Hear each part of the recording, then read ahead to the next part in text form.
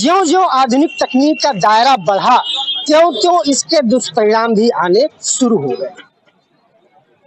अब आज स्थिति यह है कि जो साइबर अपराधी हैं, उनके मकड़ जाल में पूरा सिस्टम उलझ के रह गया है और जिसका पूरा हर्जाना आम जनमानस को ही भुगतना पड़ रहा है। तो यानी साइबर ठगों की चाल और निर्दोष बेहाल।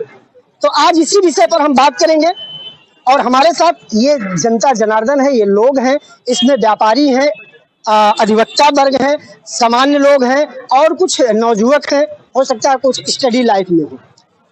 लेकिन मैं आगे बढ़ने से पहले आपको ये जानकारी दे दूं कि साइबर अपराध के मामले ज्यों-ज्यों बढ़ रहे हैं, त्यों-त्यों पुलिस भी अपना दायरा बढ़ा रही है। साइबर सेल में जब कंप्लेन होता है तो साइबर सेल उस जांच को आगे बढ़ाती है। जांच का दायरा ज्यों आगे बढ़ता है, थोक भाव में खाते फ्रीज किए जा रहे हैं, जिसकी जद में सामान्य नागरिक तो आ ही रहा है, लेकिन व्यापारी और छात्र बड़ी संख्या में आ रहे हैं। अब जब उनका खाता फ्रीज हो जाता है, जबकि मैंने पहले बताया कि डिजिटल हो चुके हैं, कैशलेस हो चुके हैं, तो सारा लेन देन उससे होता है। अगर व्यापारी का खाता फ्रीज हो गया तो व्यापार ठप, धंधा चौपट, सब कुछ समस्या ही समस्या है। तो यानी कहीं ना कहीं बिना दोष के हम सजा भोग रहे हैं। अब ये कहीं ना कहीं सिस्टम का फेल्योर कह लिया जाए या जो भी कह लिया जाए, लेकिन हमारी जो आम जनमानस है, हमारा जो व्यापारी है, हमारा जो छात्र है, हमारा जो नौजवान है, वो इस जद में है। और जब हम जाते हैं उस खाते को लेकर, उस समस्या को लेकर बैंक में या पुलिस के पास, तो कहीं ना कहीं संदेह की नजरों से देखा जाता है और हमें एहसास होने लगता है, जबकि हमने किया नहीं है, कि शायद मैं भी अपराधी हूं, क्योंकि सामने वाला यही कहता है कि आपके खाते में फ्रॉड का पैसा आया। अब एक जानकारी मैं और दे दूं अपने दर्शकों को कि होम मिनिस्ट्री यानी गृह मंत्रालय की जो आंकड़े हैं, उन आंकड़ों के मुताबिक भारत में रोज प्रतिदिन 7,000 ठगी के मैटर आते हैं। वो मैटर जो फाइल होते हैं, जिनका कंप्लेन दर्ज होता है, और जो नहीं दर्ज होता है उसकी संख्या इससे अलग है। तो शुरू करते हैं हिंदी खबर के इस विशेष प्रोग्राम जिसका नाम है जनता बोलेगी। एक बार फिर आप लोगों का स्वागत है। तो हमारे पास ये लोग हैं, हम शुरू करते हैं। पहले शुरू करते हैं, हमारे साथ अधिवक्ता हैं। क्या नाम है सर आपका? अखंड प्रताप सिंह। अखंड प्रताप सिंह जी, आप पेशे से अधिवक्ता भी हैं, आप भी जानकार भी हैं। कभी आप बैंक में जाएं, आपके मेहनत का पैसा है, जाहिर सी बात है आप काम करते होंगे, बैंक में आपके पैसे रहते होंगे, और कभी कभार मिस हो जाता है कि कुछ पैसे आए गए, ध्यान नहीं रहता है। कभी ऐसा होता है कि ध्यान नहीं रहता है? आमतौर पे हम लोग सजग रहते हैं, किसी भी अनवांटेड पैसे को अपने यहाँ नहीं इनवाइट करते हैं। लेकिन अगर कभी हो जाता है तो सबसे पहले हम बैंक को सूचित करते हैं और उस धन को फ्रीज करा देते हैं। ये थोड़ा सा, चूंकि हम अधिवक्ता हैं और कानून के जानकार हैं, इसलिए हमारा ये काम थोड़े से सहूलियत है। लेकिन एक सामान्य नागरिक, एक व्यापारी के साथ वो घटना हो जाए, और वही अगर व्यापारी के साथ या किसी आम आदमी के साथ होता है, वह पूरी तरह पुलिस के नजर में या सक्षम के नजर में वह अपराधी हो जाता है। वह नहीं जानता है कि यह पैसा कहाँ से आया, कैसे आया, क्यों आया, लेकिन उसके साथ वह व्यवहार होता है कि जैसे उसने कितना बड़ा गुनाह कर दिया। यह कतई बंद होना चाहिए। हमारे साथ व्यापारी, क्या नाम है सर आपका? मैं अजय कसोधन, व्यापार संगठन जिला अध्यक्ष सिद्धार्थ। अच्छा, आप व्यापार संगठन के अध्यक्ष भी हैं, तो आपको तो जाहिर सी बात है सारे व्यापारियों का समस्या आपको समाधान करना होता है। सारे व्यापारियों की समस्या की जानकारी या अपनी पीड़ा आप तक आती होगी, लोग अपनी पीड़ा बताते होंगे। तो क्या आपके संज्ञान में ऐसा आया कभी कि अनचाहे किसी व्यापारी का खाता फ्रीज हो गया? हाँ, ऐसा हुआ है। हमारा एक कसौधन मेडिसिन करके मेन चौराहे पे दुकान है हमारे व्यापारी की। उसने अपने दुकान पे दवा बेचा और उसका पेमेंट बाहर से आया, और पेमेंट मात्र 890 रुपए था। जब 890 उसके खाते में आ गया, उस खाते को पूरी तरह से सीज कर दिया गया। जब वो बैंक जाता है तो बैंक मैनेजर कहते हैं कि आप जहां से पैसा भेजा गया है और जिस अकाउंट से भेजा गया है, आप उस बैंक से आप संपर्क करो। जब वो भाग के उस बैंक से जाता है तो इस वहां भी कोई संतोषजनक जवाब नहीं मिला। आज तक वो खाता भी सील है। और क्राइम जो साइबर ठगी हो रहा है, ये दो तरीके से होता है, जो मेरा मानना है। एक तो मेरे साथ खुद घटा है। घटा क्या है, अभी कुछ दिन की बात है, हमको लगता है हफ्ता दिन 10 दिन हुआ, हमारा पूरा आईडी उसको हैक कर लिया जाता है। हैक करने के बाद उसमें जितने प्रोफाइल में मेरे दोस्त यार नात रिश्तेदार जो भी रिश्तेदार होते हैं, उनका मोबाइल नंबर उसमें से निकाल लिया जाता है और उनको फोन किया जाता है कि आप बनारस से बोल रहे हैं, आप अजय जी के साले हैं। मुझे उतना नंबर नहीं याद है जितना उन सबों को पूरा डिटेल याद है तौर पर, क्योंकि उसकी ट्रेनिंग होती है। जी। तो वहां पे बात होने के बाद वो कहा कि अपने जीजा से हमारे कोटक बैंक से उन्होंने 3 लाख रुपए लोन लिया है, जो कि कोटक बैंक से आज तक कभी लेन देन मेरा नहीं हुआ। उसके बाद उन्होंने कहा कितना पैसा लिए हैं, उसने कहा 3 लाख रुपया। उसके बाद गाली गुप्ता, जो मैं आपके माइक पे नहीं दे सकता, वो रिकॉर्डिंग मेरे पास है, वो गाली गुप्ता दिया। फिर हमारे शिवदत्त अग्रहरी जी को, हमारे जो नगर अध्यक्ष, उनको किया। ऐसे लोगों को फोन घुमाना चालू किया, मेरे भाई को किया, मेरे माँ बाप को किया, बदनाम कर रहा था। फिर मेरे पास फोन आया कि तुम 50,000 रुपये खाली डाल दो, तुम प्रतिष्ठित आदमी हो और तुम्हारा जान पहचान इतना है, हम तुम्हारा इमेज खराब कर देंगे, हम ऐसा ऐसा फोटो भेजेंगे कि तुम चेहरा दिखाने के लायक नहीं रहोगे। तब फिर हमने कहा अच्छा ठीक है, मैं तुमसे बात करता हूँ। तो अभी 3 दिन पहले हम एडिशनल एसपी सर थे, सीओ सदर सिद्धार्थ नगर थे और सीओ सदर के कोतवाल भी थे और हमारी व्यापार संगठन की पूरी टीम थी। मैं हकीकत वाकया आपको बता रहा हूँ। जब कॉन्फ्रेंस हॉल में हम लोग बैठा गया, हमने जो अपना एप्लीकेशन और गाली का जो पेन ड्राइव में था और व्हाट्सएप पे एक से एक फोटो जो मुझे भेजा कि सोशल मीडिया पे मैं डालूंगा, वो सारे डॉक्यूमेंट्स उनको हमने दिया। लेकिन हमको जवाब क्या मिलता है कि अरे इसको तो पकड़ा ही नहीं जाया जा सकता है। हमारा अगला सवाल आपसे, क्या नाम आपका? शिवदत्त अग्रहरी हमारा नाम है, मैं एक व्यवसायी हूँ। व्यवसायी है आप, ठीक है। अगर किसी दिन आपको ये पता चले, आप बैंक में गए या मोबाइल से यूपीआई चलाते हो, आप किसी को पैसा भेजना हो, पता चला आपका खाता फ्रीज है, जबकि आपके मेहनत की कमाई आपके खाते में जमा है, तो आपको कैसा फील होगा? सर ऐसा हो रहा है, बहुत सारे व्यापारी जो है इससे परेशान है, क्योंकि लोग आते हैं सामान खरीदते हैं, मेरे बड़े भाई या मेरे रिश्तेदार कह के पैसा तो मंगा लेते हैं बाहर से, और वो बाद में बैंक डिटेल हमसे मांगती है कि आप बताइए कहाँ से पैसा है। इसका डिटेल हम थोड़ा ना दे पाएंगे, इसका डिटेल हमारे पास नहीं है। और हमको छोटे मोटे जो बिजनेसमैन हैं वो इतना केयर भी नहीं करते इस सब चीज़ों पे कि उनका आधार कार्ड रख लें या कुछ कर लें। बाद में बैंक कहती है कि आप सावधानी बरतिए, ऐसा नहीं हो पाएगा। और बहुत सारे रिश्तेदारों का ऐसा भी इस समय फ्रॉड चल रहा है कि आपका नाम बताया जा रहा है कि आपके रिश्तेदार हैं और बहुत इमरजेंसी है और पैसा आप डाल दीजिए। वो सब ऐसे ऐसे नाम बताते हैं, विश्वसनीय नाम, कि आप एकदम नहीं सोच सकते कि ये फ्रॉड है, और लोग पैसा भेज के फिर बाद में ठगी महसूस हो जाते हैं। जी हाँ, ठगी के शिकार हो जाते हैं। तमाम तरीके से अपने सब जुगाड़ में फंसाते हैं, वो जाल में फंसाते हैं। क्या नाम है बाबू आपका? जयदेव अग्रहरी। जयदेव अग्रहरी जी, आप यंग हैं। अक्सर ऐसा होता है, अब पढ़ाई लाइफ में है कि अब पढ़ाई लाइफ में है। जिस तरह ये डिजिटल हो चुका है, हम कैशलेस हो चुके हैं, एक ही रास्ता है बैंक, यूपीआई के माध्यम से। जाहिर सी बात है, आप उस लाइफ में है तो आपको पता होगा कि आपके सारे दिनचर्या का यूपीआई से ही काम चलता है। बिल्कुल, तो सही बात अगर है। आपका खाता फ्रीज हो जाए तो क्या महसूस करते हैं? क्या अभी ऐसा महसूस, मतलब जानकारी में हुआ कि किसी छात्र का खाता फ्रीज हुआ है? बहुत से लोगों का हुआ है, हमारे स्कूल के ही बहुत से लोगों का हुआ है ऐसा। पैसा मंगाते कहीं से हैं, आ जाता कहीं है, यही सब है समस्या। तो अगर उस तरह फ्रीज हो जाती है तो घर से बाहर तो आप लोगों के लिए बड़ी दुश्वारियां होती हैं। बहुत ज्यादा कुछ खरीदना दुश्वार हो जाता है, जो जरूरत के आइटम होते हैं वो नहीं ले पाते हम लोग। इस समस्या से सभी लोग जूझ रहे हैं। कभी ऐसी घटना कोई आपके साथ हुई है कि आपका खाता फ्रीज हो गया? हाँ बिल्कुल, हमारे साथ ही हुआ है। आपके साथ हुआ है, तो आप सबसे पहले क्या किए? जैसे हमारा अकाउंट फ्रीज हुआ, जैसे हम लेन देन कर रहे थे, तो जो लेन देन एक जगह भेज रहे थे, पेमेंट नहीं जा रहा था, तब मैंने संपर्क किया अपने बैंक से, तो बैंक से मैनेजर बता रहे हैं कि आपके अकाउंट में जो है सस्पिशियस होने की वजह से इसको होल्ड किया गया है। तो हमने कहा कि होल्ड हुआ है तो आप डिटेल इसका मुझे दीजिए, कहाँ से कैसे होल्ड हुआ।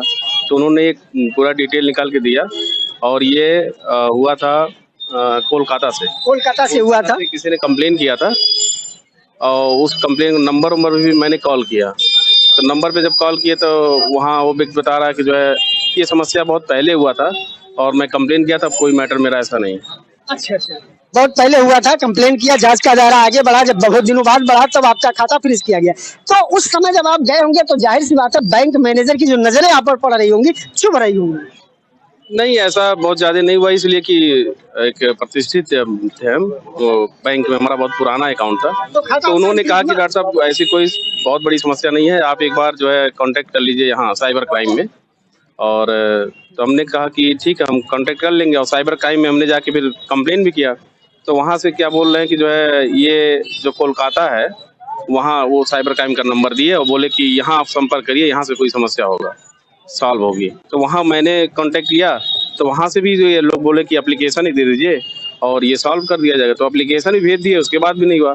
तो मैं आके फिर बैंक मैनेजर जो हमारे केनरा बैंक मैनेजर हैं यहाँ आकर के थोड़ा स्ट्रिक्टली मैंने वहाँ बोला कि ये आपकी समस्या है, आप करवाइए, क्योंकि मेरा अकाउंट आपके बैंक में है। तो ये प्रॉब्लम जो हो रही है तो आप भी तो इसके जिम्मेदार हैं। अकाउंट सारा चीज़ आपके निगरानी में है, तो दूसरा भी क्राइम और कुछ चीज़ें हो रही हैं तो आप भी इसके जिम्मेदार हैं। आप इसको हमारा अकाउंट होल्ड हटाइए या अपने बड़े अधिकारी से बात करिए। तो हमको टाइम दिए एक हफ्ते का कि एक हफ्ता टाइम दीजिए सर, मैं कुछ कराता हूँ। तो एक हफ्ते बाद फिर हम आए, तब जो है देखे कि हाँ वो समस्या हटा दिए थे। वो उसमें हमने प्रॉब्लम उनको ये बोला था कि हमारा मैटर जो था 1000 रुपये का था केवल। तो हमने कहा कि मेरे अकाउंट में अगर ज़्यादा अमाउंट है, 1.5 लाख से ऊपर था, तो आप 1,00,000 को ही होल्ड करिए ना, 1000 को लीन कर दीजिए, लेकिन मेरा खाता मत फ्रीज। और हाँ, क्योंकि हमारी जो और लेन देन हमारी प्रभावित हो रही है, जिससे मुझे समस्याएं जो आ रही हैं, जिसका कौन जिम्मेदार कौन है? बैंक भी जिम्मेदार हो रहा है। तो इसलिए जब ये सब चीजें बोले तब जा करके उन्होंने हाँ अनफ्रीज किया और 1000 ही होल्ड किए और सबको अनफ्रीज किया, मेरा काम फिर होने लगा। ठीक है, लेकिन कहीं ना कहीं आपको विशेष ट्रबल करना पड़ा, काफी सफरिंग आपके लिए रहा वो समय।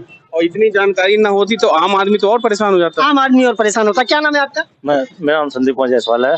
मैं मोहल्ला गांधीनगर का सभासद हूँ, पूर्व में छात्र संघ अध्यक्ष रहा हूँ। अच्छा, आप सभासद भी हैं, जाहिर सी बात है, तो अच्छी बात है, आप एक जिम्मेदार पद पर हैं। अगर जैसे आपने बताया, अभी डॉक्टर साहब ने बताया कि आपका भी खाता फ्रीज हो गया, अब आपने एक लंबा झंझावात रहा है, सिस्टम से लड़ा है और उसके बाद खाता अनफ्रीज हुआ है। तो जाहिर सी बात है अगर आपका खाता फ्रीज हो जाए और इस तरह की समस्या आपको झेलना पड़े, तो आपको क्या लगता है कि बिना अपराध के आपको सजा मिल रही है? ये तो जाहिर सी बात है कि हमने जो अपराध किया नहीं उसकी हमें सजा मिल रही है। और अगर आदमी, जैसे बैंकों की कुछ गलतियां ऐसी है जो हर किसी के साथ देखी जा सकती है। अगर हम लोग जानकार हैं, शिक्षित हैं, तो लड़ सकते हैं, अपनी बातों को कह सकते हैं। जो गांव देहात के लोग हैं उनको बैंक मैनेजर इतना घुमा देता है कि बेचारा ताकि ना वो थाने पे जा सकता है, ना अपनी समस्या को थाने पे बता सकता है, ना मैनेजर से कह सकता है। फिर उनका बेचारे खाता ही बंद हो जाता है। अभी हमारे साथ एक छोटी सी घटना हो गई थी, जैसे आजकल फेसबुक पे ज्यादातर ऐड आते रहते हैं कि ये सामान इतने में है। हमने ऐड देखा, किया, तो उन्होंने कहा ये 6000 का सामान है सर, आपको कम से कम 1500 रुपये डालना होगा। अच्छा ठीक है, मैंने डाल दिया, 1500 रुपये पसंद आया। फिर उसने 2 दिन का टाइम लिया, तो तीसरे दिन में समझ में आया कि फ्रॉड हो गया मेरे साथ। फिर मैंने साइबर सेल में फ़ोन किया, मेरे पास नंबर था, मैंने फ़ोन किया, तो वहाँ से जब मुझे रिटर्न जवाब मिल रहा है कि अगर 24 से 48 घंटे के अंदर आपकी समस्या होती तो आपकी कंप्लेंट दर्ज की जाती, वरना आप मोबाइल से कर लेते। अरे हमें जो मोबाइल से तरीका ही मालूम होता तो मैं फ़ोन आपको क्यों करता।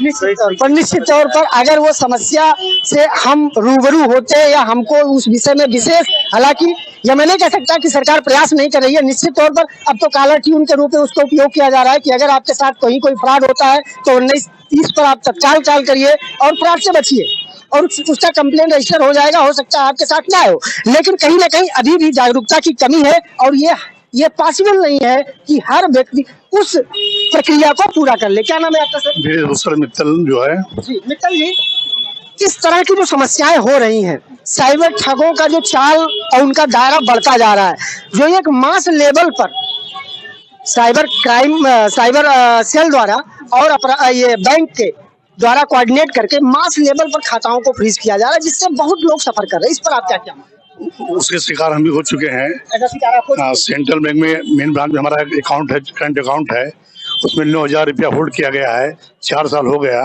हमने एजीएम से, सेंट्रल बैंक मैनेजर से कई बार दौड़े, एसपी ऑफिस में दौड़े, सब जगह कहे, आज तक उसमें कोई हुआ नहीं। 9,000 रुपया आज भी हमारा उसमें होल्ड रखे हैं। बोले बाहर से मतलब आया है, जिस खाते से आया है उस खाते से रुपया हमारे में आया भी नहीं है, इसके बावजूद होल्ड मतलब आज भी उसको 9,000 होल्ड कर रखे हैं। हमने एजीएम से बात किया, बैंक मैनेजर से बात किया, लिखित दिया गया, आज तक कोई कार्रवाई इस पे नहीं हुई। तो उस 9,000 का रिकॉर्ड है जो होल्ड किया गया, आपके पास रिकॉर्ड है? जी जी जी। यानी रिकॉर्ड होने के बाद भी आप, मानी जो अपराध आपने नहीं किया उसका सारा डेटा आपके पास है, आप बिल्कुल उसको डिस्क्राइब कर सकते हैं कि वो जेन्युइन है, मेरा पैसा, उसके बाद भी आप सजा भोग रहे हैं। जी बिल्कुल भोग रहे हैं, मतलब कोई सुनवाई नहीं, बैंक में कहीं कोई सुनवाई नहीं हो रही है। इसे कहते हैं सिस्टम की लाचारी और नाकामी। क्या नाम बाबू? मेरा नाम संतोष कुमार हुआ सर। संतोष कुमार जी, जैसे ये अभी सब लोग अपनी अपनी बात रख रहे हैं कि जो साइबर ठग है, जो साइबर अपराधी है, वो नए नए तरीके ईजाद करते हैं और इन तरीकों से सिस्टम तो लाचार है, लेकिन उसकी चक्की में आम नागरिक पिसता है। तो आप क्या कहना चाहेंगे? स्कैम जो करते हैं सर, सबसे पहले सरकार की नीति गलत है, क्योंकि स्कैम करने वाले को डायरेक्ट जड़ में जाना चाहिए, लेकिन वो करती क्या है कि उसके माध्यम से किए गए कर्म के जितने भी भागीदार होते हैं सबके खाते खोलते हैं। अगर चाहे तो सरकार, क्राइम ब्रांच चाहे तो उसको, जिसके साथ स्कैम होता है उसके मोबाइल से देख करके या उसका गूगल पे हैक कर लेता है, या फिर उसका मोबाइल कॉल डाइवर्ट कर लेता है, या फिर किसी माध्यम से ऐसा करता है। लेकिन सरकार ऐसा नहीं करती है, क्राइम ब्रांच ऐसा नहीं करती है, वो डायरेक्ट अकाउंट पे अकाउंट को फ्रीज करना स्टार्ट कर देती है, जो कि गलत है। कई लेयर में कर देते हैं, क्योंकि वो गलत है। वो जिसके साथ स्कैम होता है, उस स्कैमर का जो है उसका मोबाइल ले करके, जो उसका मोबाइल हैक किया है गूगल पे या किस उस माध्यम से क्राइम को देखना चाहिए और क्राइम करने वाले के पास तक पहुंचना चाहिए। क्योंकि ये सिस्टम नहीं अपनाती है हमारी सरकार, हमारी जो है क्राइम ब्रांच है। तो मैं ही कहना चाहता हूं कि आम आदमी परेशान जो होते हैं, महीनों भर लग जाता है, लोगों को दौड़ते दौड़ते परेशान हो जाते हैं, जिनके साथ होता है डिजिटल पूरी तरह से हो जाते हैं। तो ये गलत है सर, कहीं न कहीं ये गलत है। निश्चित तौर पर मैं भी इसका समर्थन करता हूं कि जांच का दायरा आगे बढ़ाइए, आप जांच करिए, जो अपराधी हो उसको सजा मिले, लेकिन निरपराध निर्दोष आदमी बेहाल ना हो।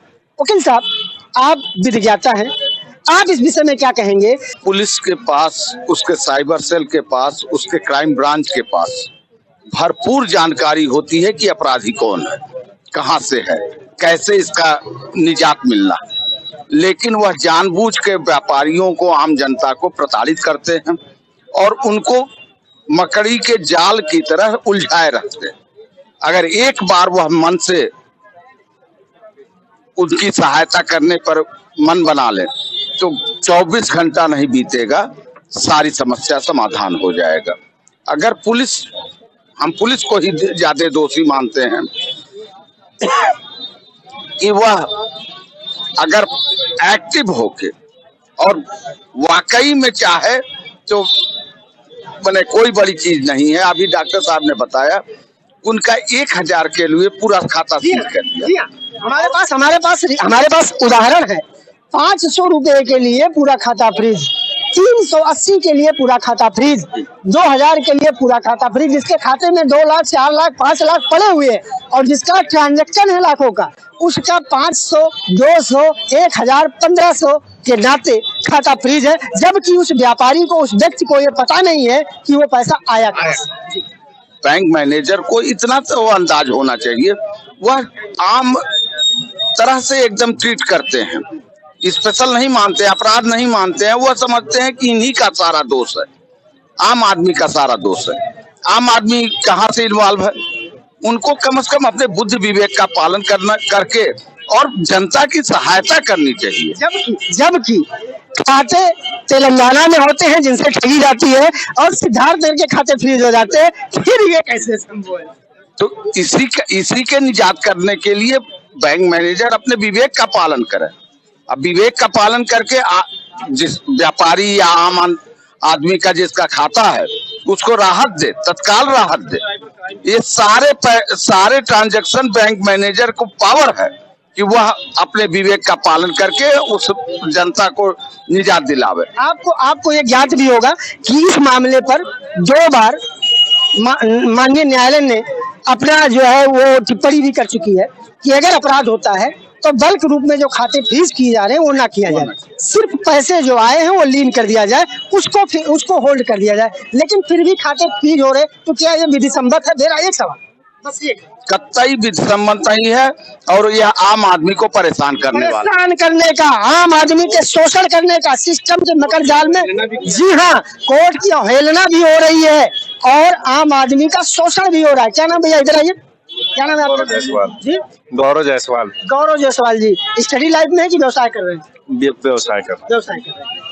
कभी ऐसा आपके साथ हुआ है कि आपको पता नहीं है खाते में कुछ अमाउंट आ गया, या किसी ने कोई सामान परचेज किया, खाते में पैसा आ गया और खाता फ्रीज कर दिया गया? 3-4 केसेस ऐसे हो चुके हैं जो अपने दोस्तों में ही सुना है। और ये सारी चीजें आज के टाइम में, आज जो टेक्निकल चीजें चल रही है उससे साइबर क्राइम की जो चीजें बढ़ रही है ना, वो बहुत तेजी से विकसित हो रही है अपने देश में।